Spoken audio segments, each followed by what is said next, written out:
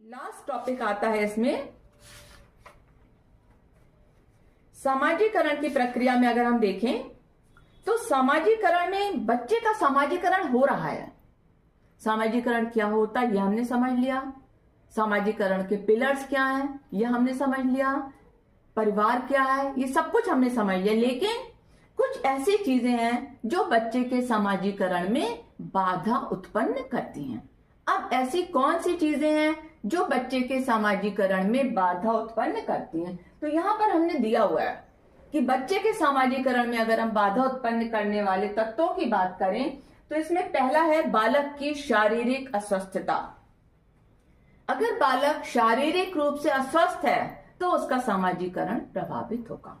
इसी प्रकार से अगर बालक मानसिक रूप से अस्वस्थ है, अगर बालक मानसिक रूप से अस्वस्थ है तब भी वो समाज से एक दूरी बना लेगा।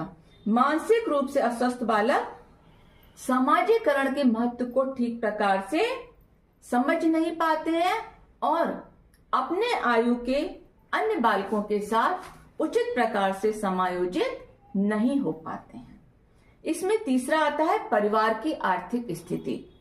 परिवार की आर्थिक स्थिति के अनुसार ही जैसे परिवार की आर्थिक स्थिति होती है वैसे ही बच्चे का अड़ोस पड़ोस होता है, उसका समाज होता है, उसका समुदाय होता है।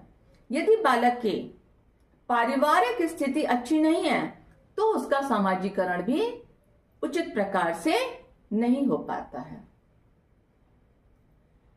अगर हम बात करें जब बालक विद्यालय में प्रवेश करता है और विद्यालय में अगर उसके संग भेदभावपूर्ण नीति अपनाई जाती है तो यहां पर भी बच्चे के सामाजिकरण में बाधा उत्पन्न होती है। कई बार बच्चा हीन भावना का शिकार हो जाता है।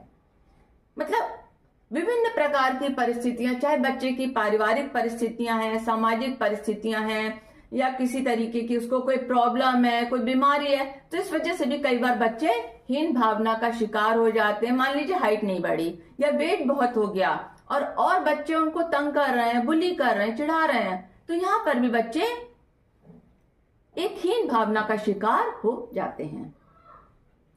और इसमें कई बार क्या होता है कि अगर माता पिता की आर्थिक स्थिति बहुत अच्छी नहीं है तो वहां पर उनकी उचित शिक्षा की व्यवस्था नहीं हो पाती है जो कि उसके सर्वांगीण विकास को रोक देती है। तो यहां पर हमने बात करी सामाजिकरण की।